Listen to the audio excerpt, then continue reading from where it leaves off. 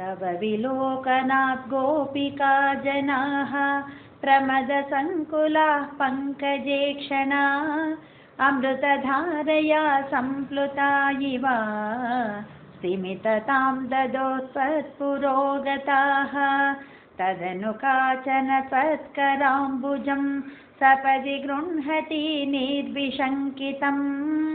घनपयोदरे सन्निधाय सा पुलकसंवृता तस्तुषीचिरं तव विभो पराकोमलं भुजं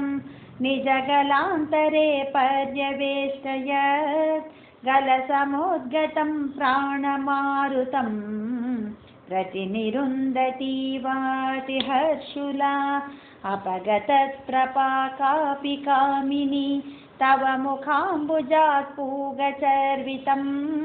प्रतिगृह्य तद्वक्त्रपङ्कजे निदधती गता पूर्णकामतां विकरुणो वने संविहाय माम् अपगतोऽसि का त्वामिह स्पृशेत् इति सरोषया तावदेकया सजललोचनं वीक्षितो भवान् इति मुदाकुलैर्वल्लवीजनैः सममुपागतो यामुने तटे मृदुकुचाम्बरैः कल्पितासने गुसृणभासुरे पर्यशोभताः कतिविधा कृपा केऽपि सर्वतः द्रुतदयोदयाः केचिदाश्रिते कतिचिदीदृशा मादृशेष्वपि यविहितो भवान् वल्लवीजनैः अयि कुमारिका नैव शङ्क्यतां कठिनता मयि प्रेम कातरे मयि तु चेतसो व्योनुवृत्तये कृतमिदं मया इत्यूचिवान् भवान् अयि निशम्यतां जीववल्लभाः